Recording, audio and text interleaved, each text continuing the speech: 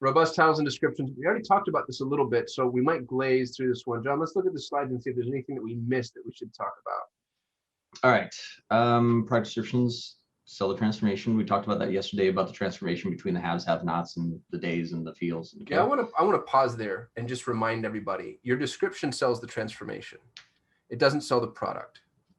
What's different about their life between when they bought it and they didn't? And if you can capture that in the description, then I think you're going to have really powerful product descriptions. Use specifications to tell everything about the product. So here's what's actually really interesting. That one company that we spoke about yesterday that sold the silicone rings, their lead magnet was a printable sheet of paper that showed the ring sizes. And it goes, if what they asked you to do is take off, if you wear rings, you would take off your ring and you would place it over the piece of paper, and wherever that ring landed, that's the size of silicone ring that you would buy.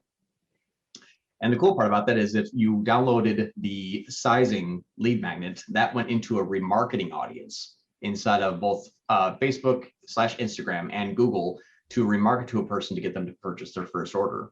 So it was actually really cool is that was a way to show the size as an example, very creative way to say, well, I'm not sure if I need a small, medium, or large because the ring sizes were stretchy. And so sometimes you have like one size too small, one size too big. So they've made this little sizing sheet that you print it out at home, you drop a ring on there, like, I need to order a size medium, large. And then that's what you would order. So it's in notch gear as an example, using imagery to show features.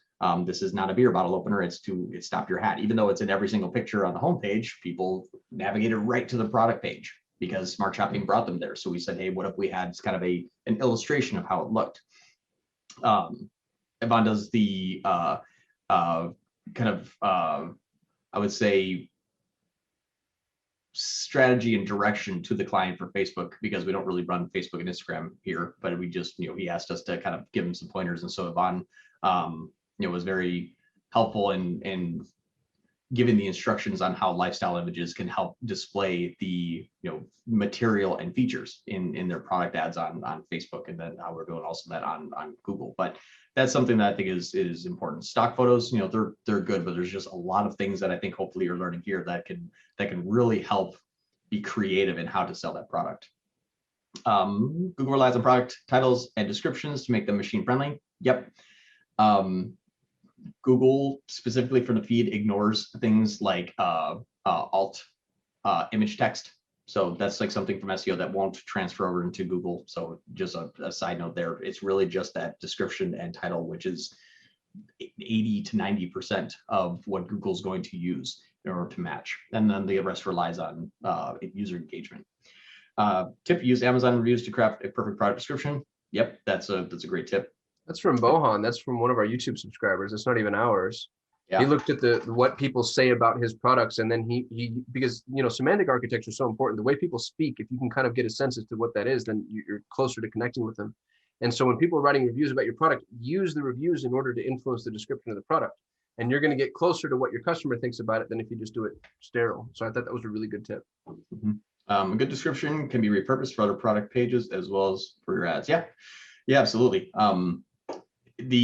That's also going to be having a good ad relevancy and landing page experience. When you have a good description, you can bid on that keyword. You can feature that keyword in your ad, and then also is found on your page. So congruency is key.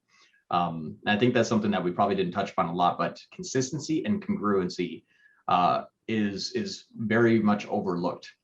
And Google is using quality score to make sure you follow those rules.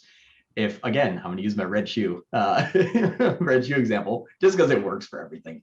You type in red shoe and your ad says red shoe, and you send them to a product page with a red shoe that says red shoe, that's the congruency there. And then keep that consistency throughout your site. So make sure that congruency is going to say ad relevancy is a keyword in the ad. That's your ad relevancy score. And then you have landing page experience. Is your landing page also featuring the same content that's in the ad that is also part of your same keyword? Expected click-through rates more on bids and budgets, so it's not something that's really particular about e-commerce. But expected click-through rate is, are you placing yourself high enough on the page, and are you paying Google enough for them to reward you, essentially? But all those factors are all giving you a better quality score, and the better you can make that congruency, the more traffic you'll get for the same daily budget.